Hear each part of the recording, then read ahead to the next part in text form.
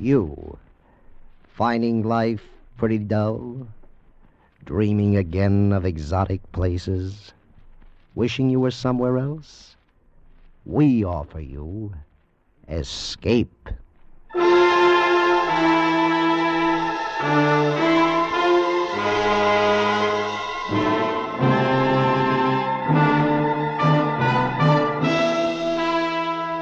Escape, designed to free you from the four walls of today for a half hour of high adventure. Escape with us now to the year 100,080 and a world where beauty and terror live side by side, as H.G. Wells describes it in his immortal story, The Time Machine.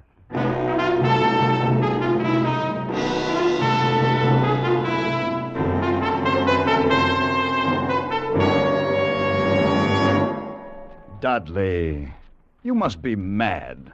A time machine. Yes, my friend, a time machine. This thing? This very thing. This contraption? This framework made of quartz and bronze and ivory, with its levers and its dials and its seat in the middle. This is the result of 3 years' hard work. I promise you, Fowler, that on this machine a man can go wherever he likes in time. By working these levers, a man can choose his century, his year, his very day. Oh, really, old man. Time is only a kind of space. If we can move about in all the other dimensions of space, why not in time, too? It's impossible, out of the question. And what of the journeys I've already taken on this little contraption? I'm afraid you've been having a bad dream. You mean I've developed into a liar? Very well. You shall have proof, my friend. How? Just climb on, Fowler. Sit in the seat beside me, face these ivory dials, and I'll take you for a little spin. Well, you mean right now? Right now. Well, just, in case this thing should take off like the Flying Red Horse, are there any, Any preparations? No, Fowler, no. You won't need any luggage on this trip, not even a toothbrush. You'll be back here in my laboratory in less than a minute.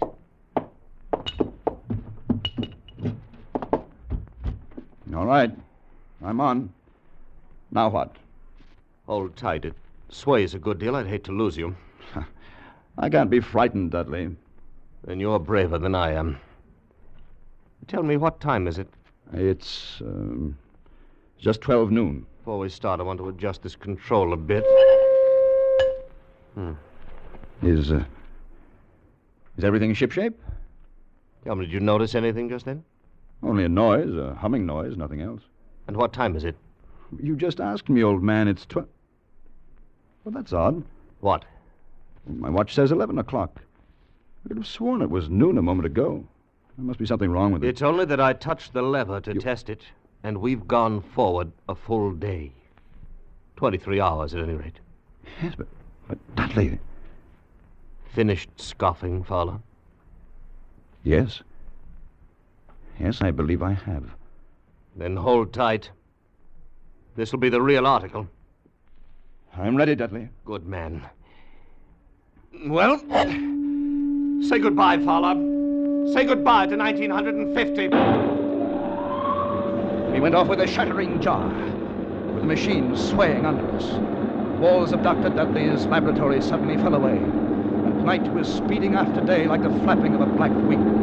I saw the sun hopping across the sky, leaping swiftly across it every second, and every second marking a day. I saw the moon spinning through her quarters like a ball, from new to full, all in the twinkling of an eye. Trees grew and blossomed like puffs of smoke, and then passed away. And all the while we were going faster. Now our pace was a year a second, so that second by second the white snow flashed across the world, and was followed by the bright, brief spring. And still we went on, into the future. How do you feel, Fowler? Very weak, very dizzy. Don't let go, don't fall off. Where are we? How far have we come? We're in 100,050, and 60, and 70. That's enough! Stop it, Dudley! I can't stand anymore! Stop it!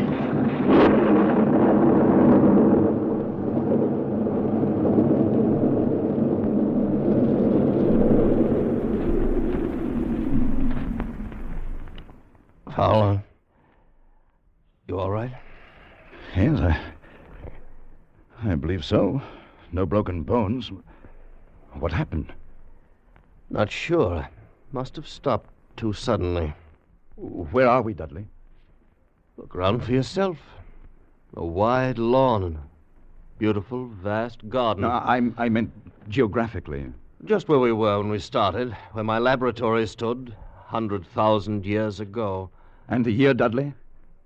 What is the year now? 100,080. It seemed absolutely incredible. A dream, but a pleasant one, for the garden in which we found ourselves was beautiful and summery, with an unexpected perfume about it, almost like platine.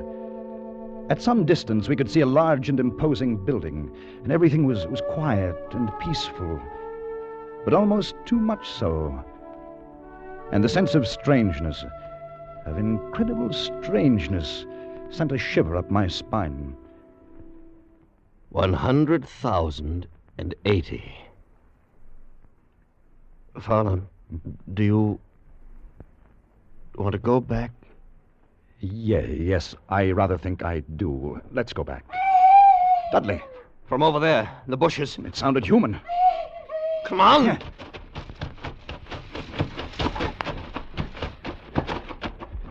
Why, it's a child. Seems to be a very small girl. There's been a beast here of some kind struggled with her. Look at the marks in her arms. Now, my dear, you'll be all right now. You won't be harmed. Of course, you won't understand English. Motioning us to go with her. Yeah. What about the animal? Did you see it? No, not a glimpse. Too fast for us.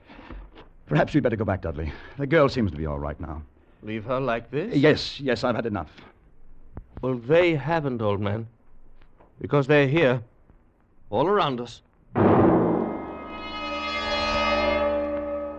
They had crept up on soundless feet to surround us.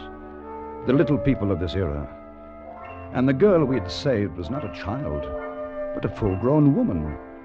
For they all stood 4 feet high, dressed in simple tunics. Beautiful creatures, but terribly frail, with a plump, soft kind of frailty. They were like eerie figures in a dream, and all we could hear was the rustling of their clothes as they surged happily around us, their faces wreathed in smiles. Why, they're not savage at all. They're very loving, gentle little people. Yes. There's something terribly wrong with them. How do you mean? Seem to have the minds of 5-year-olds. Well, how do you expect them to be? Far ahead of us, of course, incredibly ahead of us in knowledge and in science. Look at them. Children. But they seem happy in this huge garden of theirs.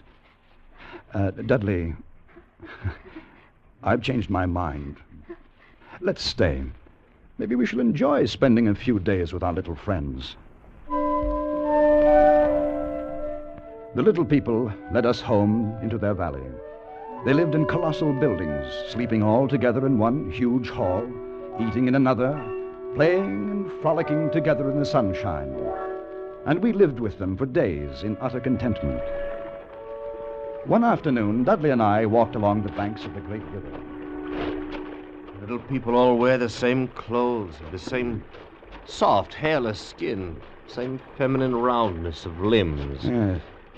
I wonder if it's because they're vegetarians. They're vegetarians because they have to be. You haven't run across any horses or dogs, cattle of any kind, have you? No, now that you mention it. With good reason. All extinct by now. Just as the dinosaur is with us. Dudley, there's something strange here. Something hidden away and silent here in the year 100,080. Felt the same way. I've taken the precaution of removing the control levers of the time machine, putting a master padlock on the main switches. Oh. Don't much fancy the idea of someone riding away with it into another century and leaving us here for the rest of our lives. Dudley, do you know where we are? Yes, this is where we landed. I thought so. Well, I wasn't sure. But What did you ask? what's happened to the machine? What? But they've taken it away. They've stolen it. This is where it was. It's right here. Look! Follow the tracks. Here where they've dragged it. Over here. Come along. Down this path. Look. Right there. The monument. Those are brass doors in the base. Oh, they're locked. The machine. It must be in there. Yes. Inside. We must get it. Break down the door. How? How can we? Here. Use the levers. All right, try. It's more. No, it's no good, Dudley. They're solid. We'll never break through. Never. No. Never. We can't You mean break through here. stay here all our Try lives? again. You mean never go home again? We must open the machine. No, no. Time machine.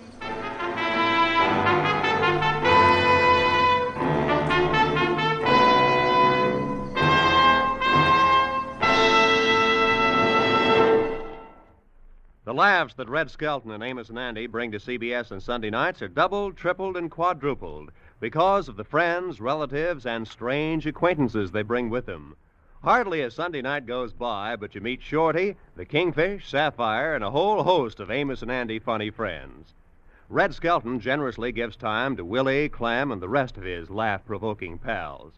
You're invited to meet them all again tonight on most of these same stations when Red Skelton and his gang and Amos and Andy and their friends pack the house with mirth at CBS, the Star's address.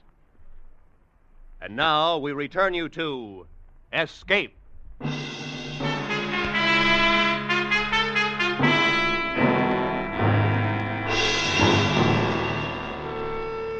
We were caught in the year 100,080. The time machine was gone. The brass doors of the monument held. Our retreat was cut off, the thin line by which we could make our way back home, back to our own time and our own people, back to 1950. We had no way of communicating with the little people, of asking what they had done with the machine or how to get it back. There was nothing hostile in their attitude. They were more like simple, wondering children. Only one, the young woman Weena, whose life we had saved on our first day, had become really friendly. She went with us wherever we walked and brought us presents of garlands, of flowers, slept near us at night in the hall, and we in turn had taught her a few words of English.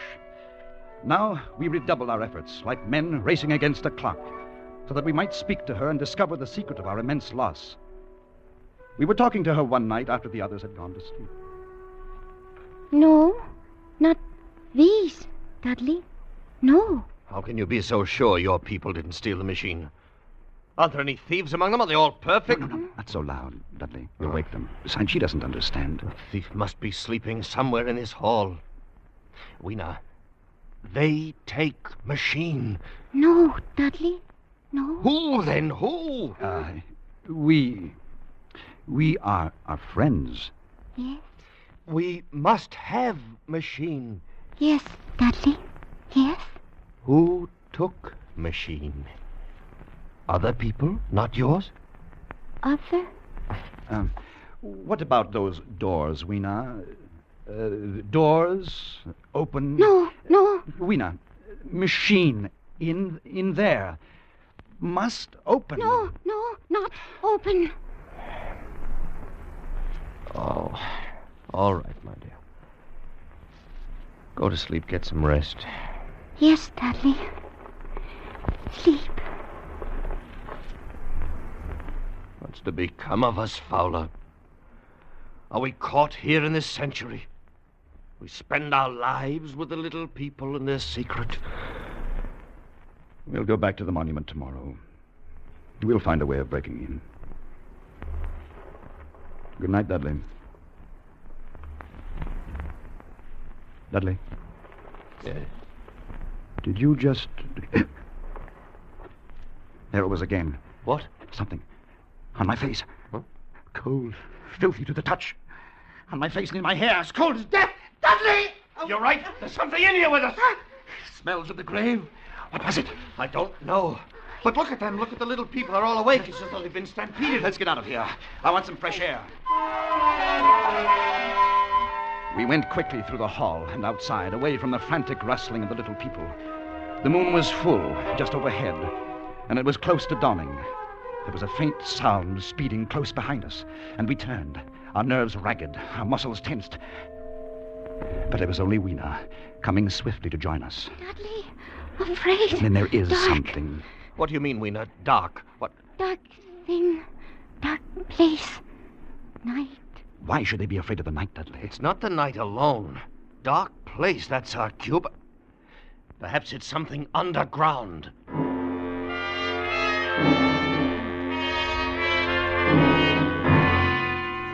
It was another day.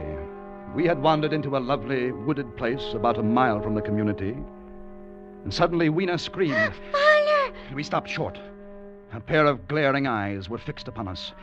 As we stood there, petrified, the thing, a little ape-like figure, rushed across our path and disappeared in a clearing about 30 yards away. What was it? I couldn't see it too well. It seemed to be a dull white with white hair on its head and down its back. It looked like a small ape. It was running on all fours, with its arms held very low. Weena, what was it? Morlocks.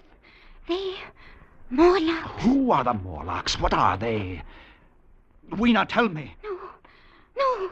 Let's go over there and see where it disappeared. Come along, Fowler. In the clearing, we found a round, well-like opening. Dudley and I leaned over and looked down a deep shaft. A small white creature was retreating down a ladder in the well, like a human spider, its large, bright eyes watching me as it went swiftly down. Then it disappeared in the shaft. Fowler, did you see it? Like an ape. Yes, but also like a man. So there are two species of men in this world. Yes. The little people above the ground and this obscene thing, this bleached monster below. That white look, common to animals that live in the dark. Like huge rats, like worms that are cold to the touch. I know, because they've touched Fowler, me.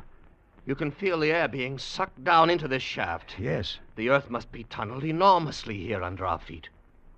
These monsters must live in the tunnels. I think we know now who stole our time machine. Yes. Then we'll go down and have a look. No, not go. Why not, go. Weena? Morlocks, you never come back. We must have our machine, my dear. You wait for us here. No. And so we went down, our heels ringing on the small metallic bars that were meant for creatures so much smaller than us. Down we climbed. Down. Ever in darkness. Down, it seemed, into the center of the earth, into the core of the world. How much longer? Won't know until we reach bottom. Can't be much further. Do you hear that? Like machinery. We're almost there. Well, thank heaven for that. All right, Fowler, I'm on the bottom. Come along, just a few more steps. Now, give me your hand, Fowler. Good. Yeah. Good. We're here. Yes, in the land of the Morlocks. Do you have a match? Yes, here.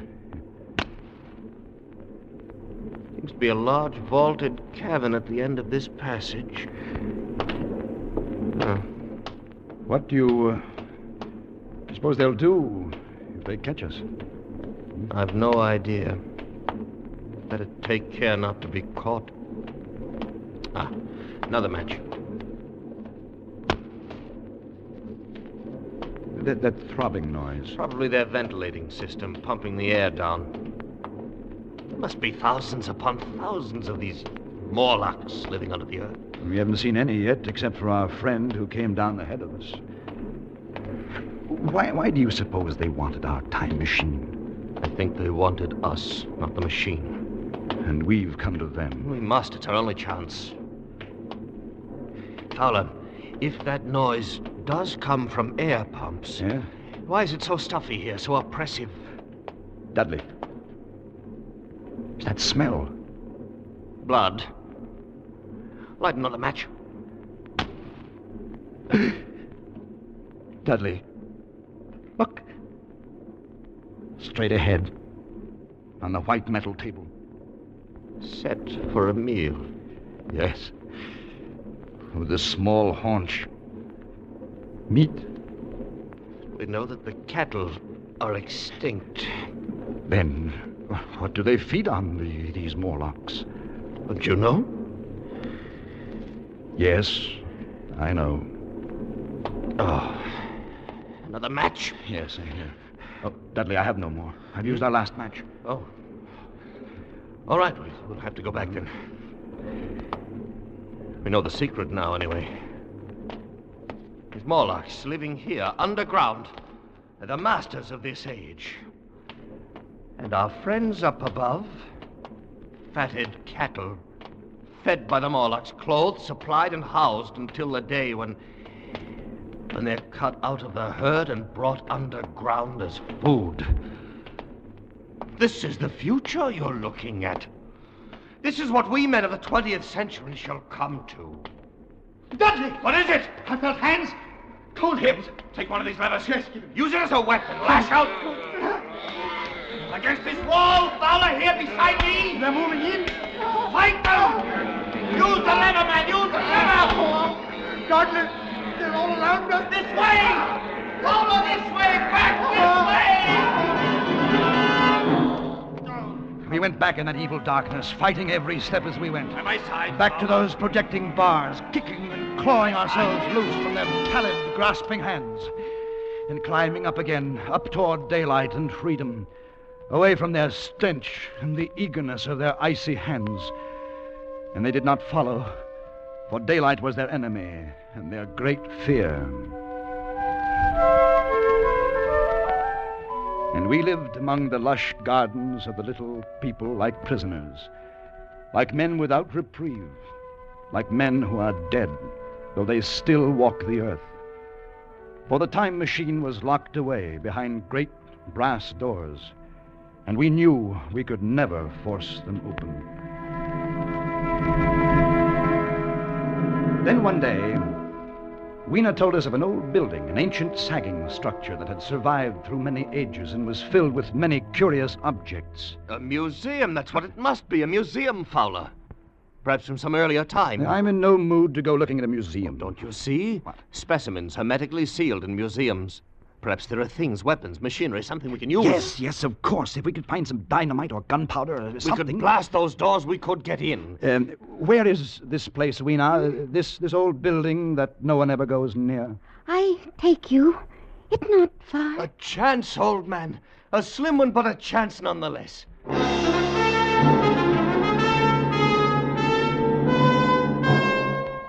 All day we wandered through the great ruined halls.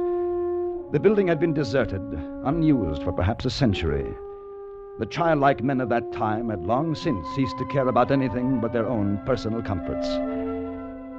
It was late afternoon and growing dark when we came upon the chemical section. We had found nothing useful to us until then, and now came the worst disappointment of all. And it's dust. All of it. Been dust for centuries. Another dead end. It's hopeless. We were out of our heads to hope that nitrates would retain their form for 100,000 years. We go now? Is nothing here? Oh, wait just a moment. Something in this case. Well, you can break it with your lever. Stand back a little. All right. Box of matches. Hermetically sealed. Now, wait, let me see. Well, they're perfect. But they're not even damp. What shall we do with them? Burn down those brass doors? Well, you'd better keep them. You can't tell. Fowler. What? On the floor, you see them? Where? Small, narrow footprints leading away into the darkness at the end of this gallery. Dudley! We'd better go. Pick Ween up and carry her. We'll have to run for it. Now, don't be frightened, my dear. It'll be all right. Go on, run! We came out of the gloom of that place into the deeper gloom of dusk. And suddenly we saw. We were trapped. All around us were the Morlocks. They were there by the thousand, surrounding us, and coming closer in a long, even line of deathly white, their eyes blinking in the half-light, their tiny mouths alive with appetite. Fowler, the matches! I have them. Light a fire. Here, please, here. Hurry, man, the forest is dry. Hurry, man. We'll have an inferno here in a minute. Our little friends don't like light or heat. The fire leaped high to the heavens, and the countryside was ablaze. The Morlocks turned in fear, blinded by the glare. Some of them blundered into the middle of the raging flames, and the rest faded away like a fog. Dudley had left a narrow passageway for our retreat, and we fled down a long corridor of leaping flames and blistering heat. We fled to safety toward the community of the little people. As we ran, we passed the huge monument with its great bronze doors that were locked tight in our time machine. And suddenly, in the glare of the distant fires, we saw something that stopped us short. They're open! Fowler, the doors are open! No, not go in. Dudley, no. It's a trap. They're there waiting for us inside. Waiting or not, we're going in. Dudley, it's suicide. It'll take me 1 minute to screw the levers on again, then I touch them and we're away. All right, I'll try to give you your 1 minute. Good boy. No, go. Not leave me. No, you, my dear, you hold tight around my neck. You're coming home with us. All right, let's go. We're in. Look, the machine, they haven't harmed it. I don't see them yet. Come on now, quickly. The doors, Dudley. They're closed. Get in the seat. I'll be ready in a moment. I waited for the hum that would signal our departure. And there in the darkness, the Morlocks were finally upon us. Cold, persistent fingers swarmed over my body, tugging at me, sucking me away from the machine. I held tight to Weena as a man holds fast to life, tried to kick them away with my feet. Hurry, Dudley, hurry! I see to get these levers quickly or we're done. One more turn and it's in. There, Fowler, we're away, we're gone. Yes, we made it. Are you all right? I'm all right. Good. And Weena? Weena isn't with us. What happened? They tore her from my hands at the last minute. They got her. I tried to save her, but I couldn't. I still have a piece of her tunic here in my fist. Little piece of her tunic, Dudley. Nothing else.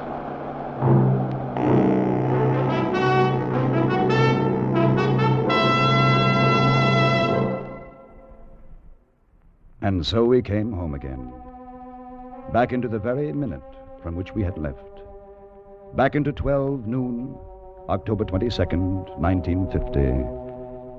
We were in Dudley's laboratory again, motionless, sitting on the ridiculous contraption which he has called a time machine. Was it all a dream? Did any of it happen? Could any of it happen? Oh, of course not. How stupid. Then what of this? What of this little piece of thin green silk I hold in my hand?